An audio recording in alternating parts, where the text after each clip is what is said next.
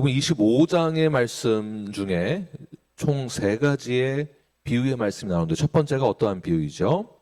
열천의 비유죠. 열천의 비유의 뜻은 준비가 되어 있느냐? 준비되지 않았느냐? 그 다음 문맥에 의해서 한번 쭉 보시기 바랍니다. 그 다음에 달란트죠. 달란트 비유의 이 목적은 무엇일까요? 준비되었다면 충성되어야 된다. 충성되지 않은 자, 준비되지 않은 자들은 이제 충성하지 않는다라는 그런 뜻이 있는 것이죠. 오늘 마지막 25장에서의 비유의 말씀은 양과 염소의 비유입니다. 양과 염소의 비유. 양과 염소의 비유는 구분되어진다는 뜻이 있습니다. 구분되어지는 것이며, 즉 심판을 하겠다. 종말론적 실제의 그 심판을 상징하는 그 비유가 양과 염소입니다. 염소. 양은 오른쪽, 염소는 왼편. 이제 왼쪽, 오른쪽 이렇게 나누는 것이죠. 이 자리에서 오른쪽과 왼쪽 이 얘기는 아니죠. 그래서 이 오른편에 선다. 하나님의 전능하신 그 오른손, 오른팔, 오른편 이쪽이 의로운 쪽입니다. 의로운 쪽. 우리 눌러본 모든 성도들이 하나님의 전능하신 우편에 오른편에 의로운 자리에 함께 참여하시는 저와 여러분이 되길 간절히 축원합니다.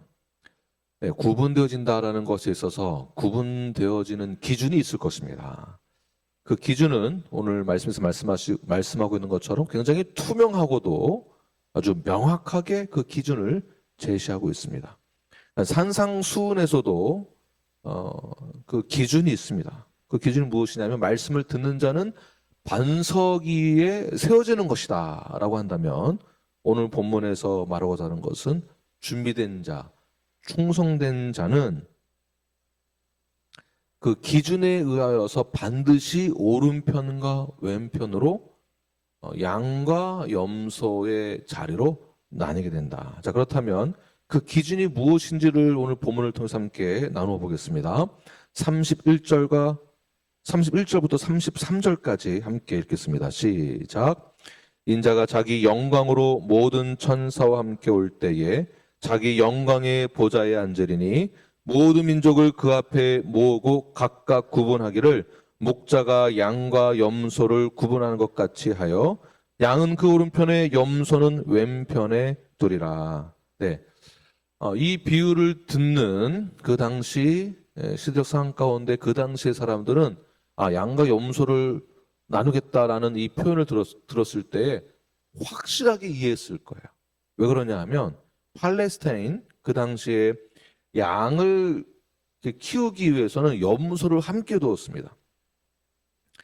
염소를 함께 이제 키우면서 밤이 되어 이제 그 물을 가지고 이제 가둬둘 때에 양과 염소를 나누어서 이렇게 모아뒀습니다. 밤에 잠을 잘 때는.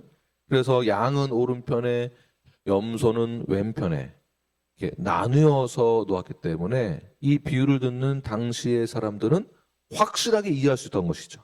그래서 이것은 상징적인 또는 은유적 표현이기도 하지만 이것은 의인과 악인으로 구별된다라는 것을 충분히 이해할 수 있는 그러한 예화이기도 하죠. 자, 양은 털이 하얗고 온순합니다. 염소는 털이 검고 그리고 뿔이 있습니다. 그래서 밤에 이것을 나눠놨던 것이죠. 저는 염소를 한번 키워봤습니다. 저 기도원에 뿔이 하도 많아가지고 염소를 제 한국에 있을 때에 제 아버지 사역을 도울 때 염소를 키웠는데 힘도 엄청 세고요. 고집도 세고 그리고 매일마다 도망 나가는데 제가 그거 쫓아가느라고 뭐 쫓아갈 수도 없고요. 뭐 어떻게 안 됩니다. 고집불통이고 힘도 저보다 더 세고 그래서 제가 포기했습니다. 얘는 어떻게 감당이 안 되는 애예요. 그런데 양은 순하고 넘어지면 또 이렇게 세워줘야 되고 먹을 거 갖다 줘야 되고 뭐 이럴 정도로 이제 양과 염소가 확실히 다르다는 것이죠. 자, 그렇다면 누가 양이고 누가 염소인가? 34절 말씀 읽겠습니다. 시작. 그때 임금이 그 오른편에 있는 자들에게 이르시되 내 아버지께 복받을 자들이여 나와 창세로부터 너희를 위하여 예비된 나라를 상속받으라. 네, 34절부터 40절까지의 내용인데요. 34절만 읽겠습니다. 자, 그때 임금이, 자, 여기서 임금이 이제 선언하는 것이죠. 이것을 왕의 선언으로 볼 수 있습니다. 이 왕이 선언한 것은 절대 바뀔 수 없는 것이죠. 그러면서 오른편에 있는 자들은 이러한 자들이다라고 말을 하면서 뭐라고 말하고 있습니까? 아버지께 복을 받을 자다. 네. 그리고 창세전부터 준비된 나라를 상속받을 것이다. 즉 천국이죠. 하나님의 나라의 모든 것을 상속받을 자녀가 된다. 자, 그 근거가 있는데 왜 이러한 칭찬과 상속을 받을 자인가? 왜 그러는가? 그 근거가 무엇인가? 칭찬의 근거가 무엇인가? 35절, 36절 시작. 내가 줄일 때에 너희가 먹을 것을 주었고 목마를 때에 마시게 하였고 나그네 되었을 때에 영접하였고 헐 벗었을 때에 옷을 입혔고 병 들었을 때에 돌보았고 옥에 갇혔을 때에 와서 보았느니라. 네, 이것을 다시 한번 쭉 정리하면 굶주릴 때에 먹을 것을 주고 목마를 때에 마실 것을 주고 나그네 되었을 때에 나그네를 영접하였고 헐벗은 자를 입혔고. 그래서 헐벗은 자를 입혔다라는 것은 그들의 수치를 옷으로 덮어줬다, 가려줬다, 허물을 가려주었다라는 것입니다. 병든 자와 옥에 갇힌 자를 찾아주었기 때문에, 그들의 수치를 덮어줬기 때문에, 또 이것을 종합적으로 보면 그런 연약한 자들을 외면하지 않았기 때문에, 또 오늘날 우리에게 적용해 본다면 사회 속에서 오늘날 이 시대 가운데 사회 속에서 소외되고 있는 또는 약한 자들을 돌보고 실제적으로 말씀에 순종하여 그들을 사랑으로, 사랑의 행위로 그들의 모든 것을 도와주겠던, 외면하지 않았던 모습들을 보고 칭찬했던 것이죠. 이것이 칭찬의 근거입니다. 이렇게 칭찬을 하니까 의인들은 이제 반응을 하겠죠. 어떻게 반응할까요? 37절부터 39절의 내용을 보게 되면 주님, 우리가 언제 그랬습니까? 언제 그랬습니까? 이게 무슨 뜻일까요? 그렇게 본인들이 하고 있는 행위들에 있어서 인식을 못하는 것이에요. 그 정도로 삶 속에, 생활에, 내 몸에 배어 있었다는 것이겠죠. 다시 말해서 그들이 하는 그 사랑의 행위가 어떠한 숨겨진 의도를 가지고 했던 것이 아니다라는 것이에요. 뭔가를 받아내기 위해서, 잘 보이기 위해서, 뭔가 혜택을 얻기 위해서 한 행동이 아니다. 의도적인, 정치적인 목적이 아니고 순수한 마음에서 나타나는 선행이었다라는 것입니다. 그러니까 이러한 선행들이 굉장히 자연스럽게 나온 거죠. 삶에 배어 있는 것처럼. 마치 여러분들처럼, 네, 그렇게 삶에 배어서. 그 웃음은 이제 동의한다라는 뜻이겠죠. 네. 그랬더니 이렇게 이제 의인들이 반응을 하니까 다시 예수님이 이것을 다시 해석해 주시죠. 40절 말씀을 함께 읽겠습니다. 시작. 임금이 대답하여 이르시되 내가 진실로 너희에게 이르노니 너희가 여기 내 형제 중에 지극히 작은 자 하나에게 한 것이 곧 내게 한 것이니라 하시고. 네, 지극히 작은 자에게 한 것이 곧 주님께 한 것과 같은 것이다. 작은 자에게 향한 우리의 그 사랑, 섬김, 헌신이 곧 누구에게 한 것과 같다고요? 나에게 한 것이 아니고 주님께 한 것과 같다. 네. 지극히 작은 자 한 사람에게 우리가 섬겨야 할 그 대상자들이 우리에게 있습니다. 그 대상자들이 우리 교회 안에서도 보일 수 있고요. 교회 바깥의 이웃에게도 보일 수 있고요. 더 넓게 보면 그 이웃이 이제 교회의 사명과 연결되어지면 결국 커뮤니티 사역과 동일한 것입니다. 우리가 교회가 이 커뮤니티에 어떠한 역할을 할 수 있을 것인가. 그러니까 여기서부터 사실 시작되는 것이 우리가 할 수 있는 것이 무엇인가. 이곳에서 이 지역에서 우리가 무엇을 이 커뮤니티에 전할 수 있을까? 복음을 전하는 것도 당연히 중요한 건데 복음 안에 내용이 있어야 될 것입니다. 그 내용이 무엇일까요? 사랑입니다. 그런데 다짜고짜 가가지고 예수 천당 불신지옥, 예수 안 믿으면 지옥 갑니다. 이제 이런 아주 극단적인 표현도 필요하기도 합니다. 때로는 필요할 수 있습니다. 예를 들어서 뭐 전쟁 중에 있거나 죽을 위기에 처해 있거나 뭐 어떠한 상황 가운데에서 이러한 극단적인 이러한 실행이 필요하기도 합니다. 그러나 우리가 그들과 지금 싸우려고 하는 것이 아니기 때문에 우리가 이 커뮤니티에서 무엇을 공급해 줄 수 있을까? 그러한 차원으로 이 사역이 진행되는 것이죠. 어제 유스 우리 아이들 모여서 이제 락긴도 하고 이제 저희 집에서 보였습니다. 그래서 우리 조 목사님의 지도하에 아이들 모여서 영화도 보고 맛있는 것도 먹고 지금 집에서 자고 있는데 아이들이 얼마나 이제 더 친해졌죠. 준희, 준수 누군지 아시죠? 네, 준희, 준수도 같이 참여하고요. 또 누가 왔냐 하면 우리 유스 아이들 다 왔지만 이번에 썸머 캠프 우리 스포츠 캠프 BBS에 참여했던 학생 중에 한 명이 이제 이번에 중학교로 올라갔거든요. 그래서 유스 나이 또래예요. 예지하고 동갑 나이 채린이. 네, 채린이 동생이 누구죠? 엘라 언니. 엘라 귀여운 아기 있었죠? 네, 엘라 언니 채린이가 초대했어요. 우리 영화 보고 유스 모임인데 오겠느냐 했더니 직접 아빠가 데리고 와서 먹을 것과 함께 와서 아버지가 이제 미국 분이시거든요. 스미스. 포레스 스미스인데 아이만 이렇게 드랍업 해주고 갈 줄 알았더니 신발을 벗고 집에 들어오는 거여서 인사하는가 보다서 인사하고 가는 줄 알았는데 와서 앉더라고요. 앉아가지고 1시간 내내 같이 이야기했습니다. 네, 그러니까 지금 제가 이 이야기를 왜 하냐 하면 이 지역에서 필요한 사역들 저들이 공급을 했습니다.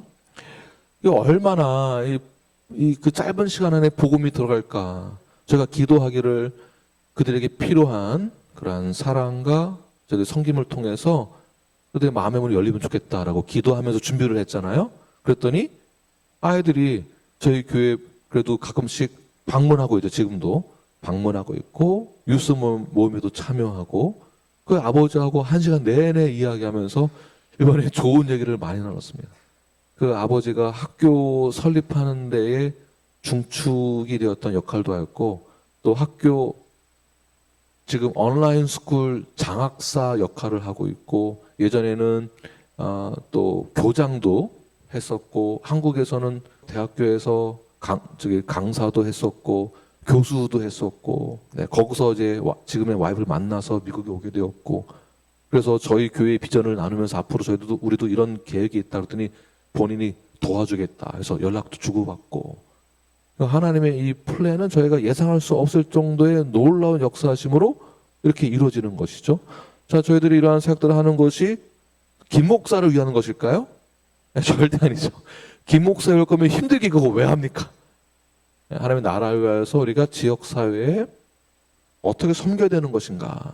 그러니까 지극히 작은 자 한 사람을 섬기는 것이 마치 누구에게 하는 것과 같다? 주님께 하는 것과 같다. 그런데 주님의 뜻에 벗어난 사람들은 어떠한 사람들인가? 그들은 어떻게 반응하는가? 42절, 43절 읽겠습니다. 시작. 내가 줄일 때에 너희가 먹을 것을 주지 아니하였고 목마를 때에 마시게 하지 아니하였고 나그네 되었을 때에 영접하지 아니하였고 헐벗었을 때에 옷 입히지 아니하였고 병들었을 때와 옥에 갇혔을 때에 돌보지 아니하였느니라 하시니.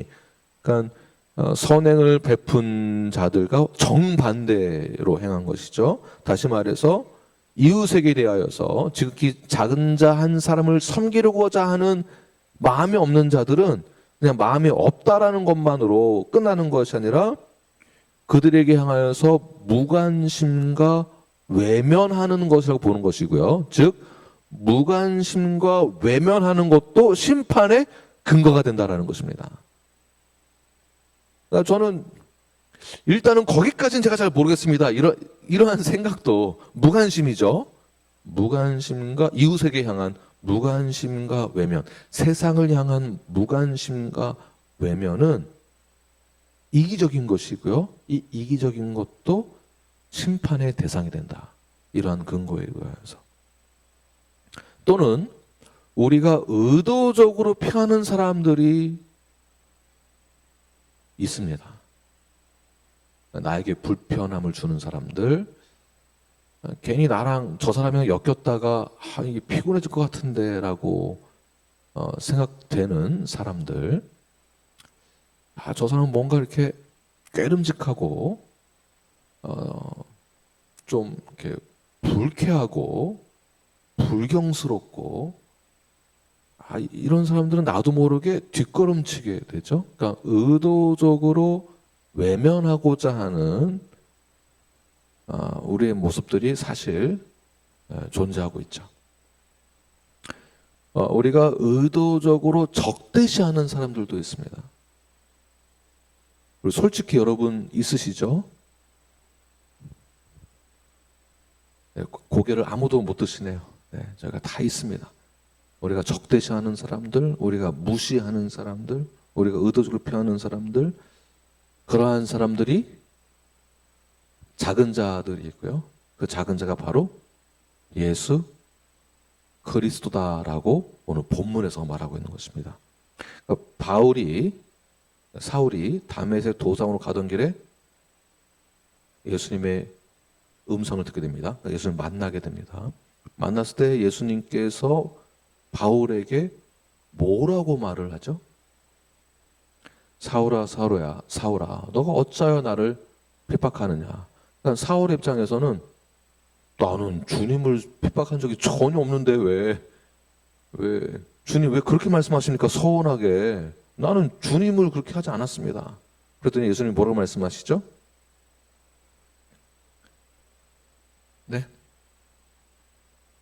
네, 중얼중얼. 나는 네가 박해하는 예수다라고 말씀하시죠.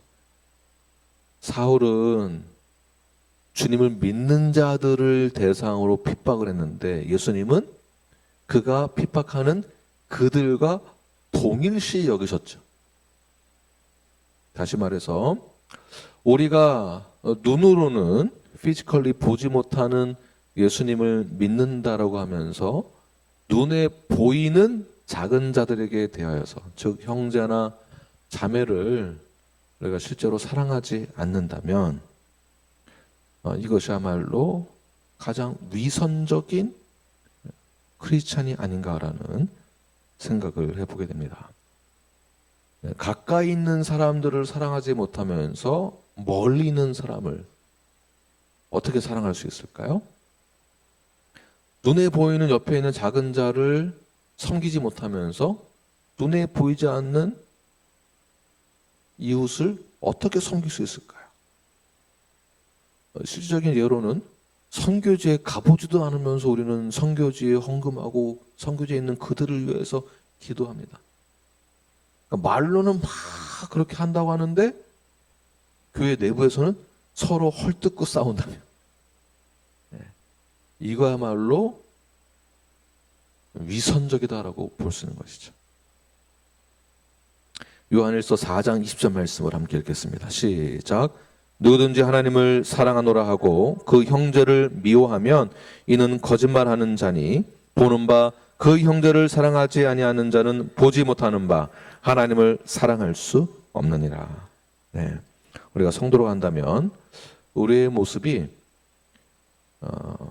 정말 주님을 사랑하는 그 모습 가운데에서 이웃을 사랑하는 것까지 확대되어져야 하는 그런 삶의 모습이 있어야 됩니다. 그러나 이 반대로 이렇게 행하지 못하는 자들은 심판을 받게 되는데, 심판이 있을 거라고 말씀하시니까 이 악인들이 아니 내가 왜요? 라는 이러한 반응을 보게 됩니다. 아니 내가 뭐 잘못했다고? 아니 왜 말이 돼요? 내가 언제 그랬어요? 나 할 거 다 했는데 라고 하면서 44절 시작. 그들도 대답하여 이르되 주여 우리가 어느 때에 주께서 줄이신 것이나 목마른 것이나 나그네 되신 것이나 헐벗으신 것이나 병드신 것이나 옥에 갇히신 것을 보고 공양하지 아니하더이까. 네. 아니, 주님 우리가 언제 외면했습니까? 나 할 거 다 했습니다 라고 반문을 하죠. 그러니까 자기가 어떠한 잘못이 있는지 자각하지 못하고 인식하지 못하는 무지한 상태에 있다는 것을 지금 말하고 있는 것입니다. 그러니까 억울하다라는 그런 표현, 변명을 하게 되는 것이죠. 자, 이런 것을 염소들이 하는 짓이다. 억울하다고 하면서 변명하는 것은 염소들이 하는 짓이다. 여기서 흥미로운 것은 악인들도 뭐라고 부릅니까? 예수님을 주여라고 부른다는 것이에요. 악인들도 겉으로는 주님을 인정하는 것 같지만 실제 삶에서는 주님을 섬기지 않는 자들의 모습이죠. 그러니까 언어와 신앙 고백과 삶이 완전히 분리된 상태, 괴리감이 있는 상태.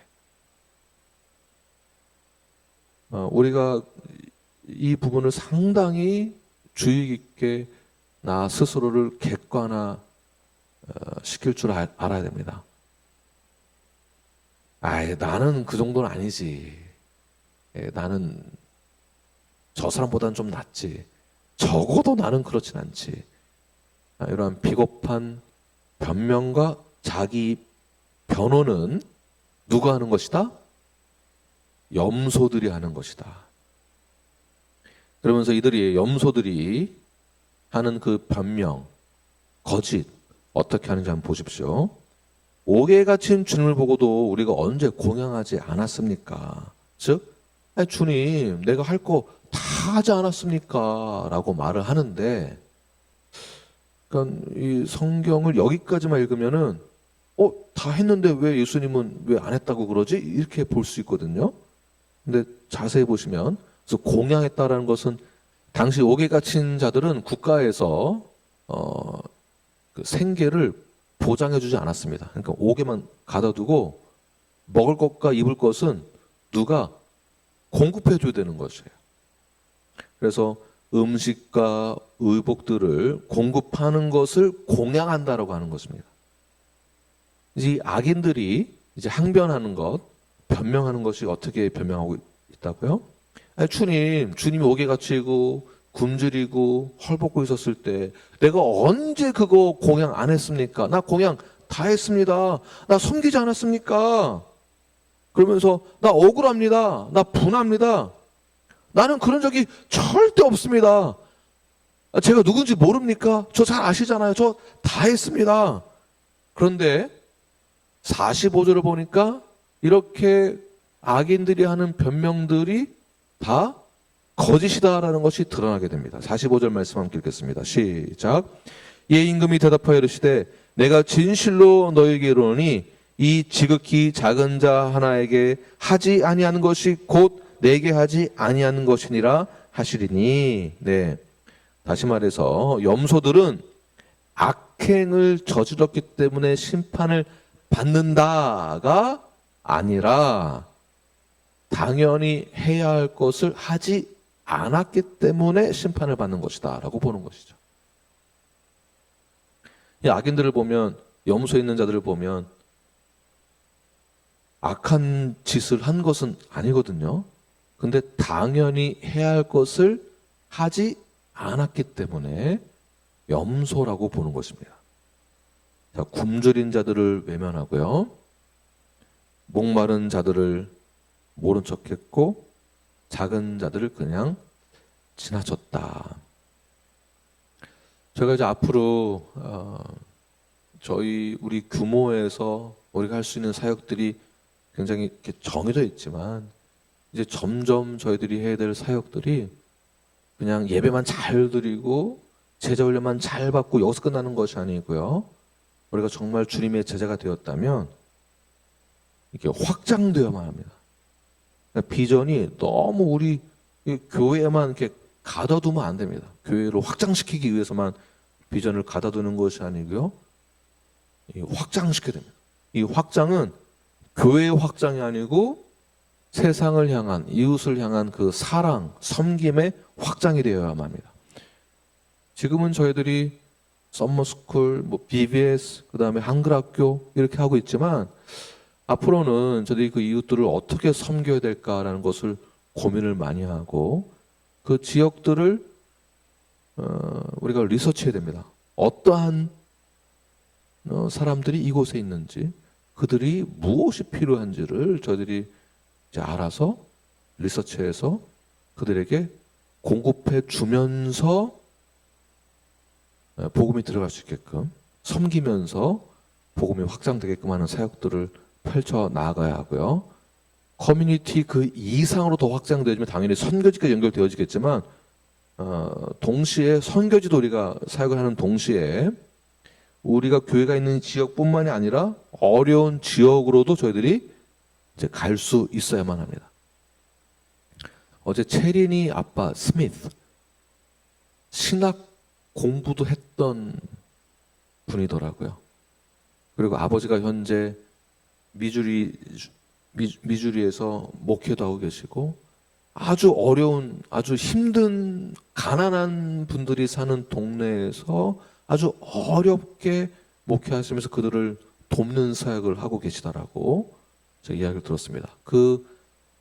우리 스미스의 간증을 듣는 순간, 그렇지. 그런 어려운 곳에도 우리가 도울 수만 있다면 이거는 하나님의 계획인 것 같다. 우리 교회도 작은 교회다. 우리도 멤버가 40여 명 되지만 작은 교회지만 교회가 된다면 그 아버지가 목회하는 그곳에 아주 가난한 그런 동네라고 하는데 우리가 한번 같이 섬기고 같이 그 미니스트를 우리 한번 섬기고 같이 하면 좋겠다라고 했더니 너 미주리가 어딘 줄 아니? 먼 데야. 그러니까 그건 불가능해라는 뜻으로 저에게 말을 했는데 아니야. 나도 어딘 줄 알아. 가야지. 내가 기회만 된다면 가야지. 제가 놀러 가기 위해서 차를 타고 24시간도 다니는데 저희들이 비행기 타고도 한국 가고 열몇 시간을 차 타고도 놀러 가고 그러는데 우리가 이웃을 섬길 수 있는 그런 기회가 주어졌을 때 기꺼이 그런 헌신된 삶으로 저희들이 이 세상에 나아가서 그분들을 그 어려운 이들을 섬길 수만 있다면 너무나 우리에게 주신 하나님의 축복이 아닌가 그런 생각을 해보게 되었습니다. 중요한 것은 악한 자들은 정죄받을 수밖에 없었던 그 이유가 악한 짓을 해서가 아니다라는 것, 나쁜 짓을 해서가 아닙니다. 할 수 있는 것을 안 하고 외면했기 때문입니다. 자, 무관심과 외면은 조금 극단적인 표현이긴 하지만 제가 서두에서 말씀드렸던 것과 같이 무관심과 외면은 주님을 거절하는 것과도 같습니다. 가깝게는 우리 토니 형제 기억나시죠? 교회가 이사 왔는데도 불구하고 토니 형제가 라이드가 있으면 항상 교회 예배에 참여합니다. 여러분 토니 형제를 따뜻한 사랑으로 맞이해 주십시오. 네. 저희가 이제 교회가 가까웠을 때는 저희들이 이렇게 옷도 주기도 하고 이렇게 해서 좀 공급해 드렸었는데 지금은 옷을 공급받지 못하는지 아주 조금 많이 힘드신 것 같아요. 토니 형제 보면 여러분 악수하시거나 이제 허그하기 힘드시면은 아주 반가운 얼굴로 환영해 주시고 그렇게 맞이해 주시길 바랍니다. 또 잊지 말아야 될 것은 악인들도 주여라고 말한다라는 것. 우리도 주여라고 말하지만 주여라고 말한다라고 해서 주님은 우리를 다 받아주는 것은 아니다 라는 것입니다. 말로만 주여라고 하는 그 신앙은 심판의 때에 그 말이 얼마나 수치롭게 될 것이라는 것을 깨닫게 될 것입니다. 우리가 무심코 지나가는 작은 자에게 마치 주님께 대하듯 그 사랑으로 섬길 수 있는 그러한 성숙한 건강한 뉴라이프가 되기를 바랍니다. 가정에서도 교회에서도 그리고 여러분이 속해 있는 그 작은 사회 그곳에서도 사랑으로 실천하십시오. 연약한 자들을 잘 대하십시오. 연약한 자들을 도울 때에 나중에 뒤통수를 맞을 수 있습니다. 네. 가슴에 비수가 꽂히는 날이 반드시 찾아오게 될 것입니다. 그러나 그것이 두려워서 우리가 실행을 안 해서는 안 되고요. 그러한 뒤통수 맞는 날이 찾아온다 할지라도 우리는 끝까지 죽게 대하듯 섬겼을 때에 그들이 결국에는 언젠가는 그 사랑을 받은 그 사실에 대해서 깨닫고 돌아오게 될 것입니다. 그러니까 우리가 해야 될 일들은 외면하는 것이 아니라 그냥 섬기는 것입니다. 저도 어렸을 때에는 뒤통수 맞은 충격 때문에 다시는 내가 그거 그렇게 안 한다라고 다짐을 한 적이 있었습니다. 굉장히 논리적이고 이성적으로 이러이러하기 때문에 그래서 이런 사람들은 이렇게 해줘서는 안 된다라는 아주 단호한 생각이 있었습니다. 그러나 그 단호함이 저의 가슴을 오히려 찢게 하는 일들이 더 나중에는 많아지게 되죠. 다 저에게 다 돌아오게 됩니다. 결국에는 나 같은 사람도 하나님의 사랑으로 그 은혜로 모든 죄사함을 받고 나 같은 사람도 칭찬받는 한 사람이 되었는데 어찌 내가 누구를 판단하여서 그 사랑을 실천하지 않을 수 있겠습니까? 그러니까 우리는 외면해서는 안 됩니다. 사랑하는 누라브 성도 여러분, 사랑의 기회가 주어졌을 때, 선행을 할 기회가 주어졌을 때 이것을 특권으로 여기시고 그 자리에서 내가 받은 그 은혜와 사랑을 실천하시길 바랍니다. 마지막은 그 실행에 의하여서 마지막은 반드시 모든 사실들이 다 드러나게 될 것이고 나누게 될 것입니다. 46절 읽고 마치겠습니다. 시작. 그들은 영벌에 의인들은 영생에 들어가리라. 자, 양의 그룹들은 영생으로, 또 염소의 그룹은 영벌에 들어가게 된다. 영벌과 영생으로 나뉘게 된다. 둘 중에 하나지 중간은 없다라는 것이죠. 중간에서 애매모호하게 서 계시지 마시고 양의 자리에 서 계시는 여러분들 되길 바랍니다. 오늘 내가 작은 자를 어떻게 대하여야 할지, 오늘 내가 이웃을 어떻게 대하여야 할지 여러분 선택하십시오. 그 기회가 우리에게 주어졌을 때 그 기회를 놓치지 마시고 특권을 사용하시고요. 또 우리 교회 사역에 맞춰서는 건강한 교회로서 건강한 교회가 되기 위한 우리 건강한 교회 네트워크 교회들, 그 교회들을 저 역시 섬기고 있습니다. 목사님들에게 시간을 내어서 계속 건강한 교회에 대한 말씀을 전하고 선포하고 저보다 더 나이가 다 많으세요. 제가 이제 하다 보면 코치를 하게 되니까 코칭을 하게 되면 때로는 기분이 나쁠 수도 있거든요. 그러다 보면 여러 가지 힘든 상황이 생길 수도 있습니다. 아무리 이렇게 잘 하려고 해도 목사님 이제 그렇게 하시면 안 됩니다. 그거는 성경적으로 맞지 않는 것입니다. 치리할 때 그런 어려움들이 있는 것처럼 그런 어려움들이 있습니다. 그러나 두세 사람이 함께하는 그 자리에, 그러니까 치리하는 그 자리에 주님께서 함께한다고 말씀하셨던 것처럼 그 말씀 믿고 저도 그렇게 하고 있습니다. 다음 9월 첫 번째 주 화요일에는 우리 심재한 목사님이 강의를 하게 됩니다. 우리 한 12분 모시고 강의를 하게 되는데 부목사님이 담임 목사들에게 향하여서 강의를 한다. 다른 데서 찾아볼 수 없는 것입니다.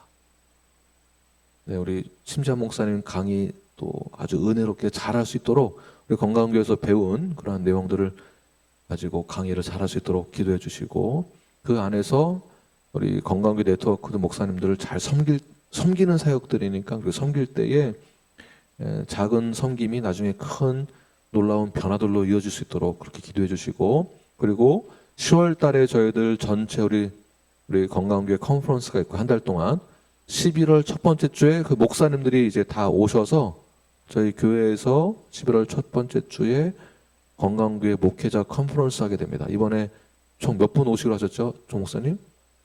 8분 오십니다. 8분. 전에는 2분, 3분 오셨는데 이번에는 8분. 네. 지금 단계별로 계속 시간이 지나면서 계속 이렇게 관심을 갖고 계신 분들이 늘어나고 있습니다. 그때도 목사님들을 저희가 잘 섬겨야 됩니다. 네.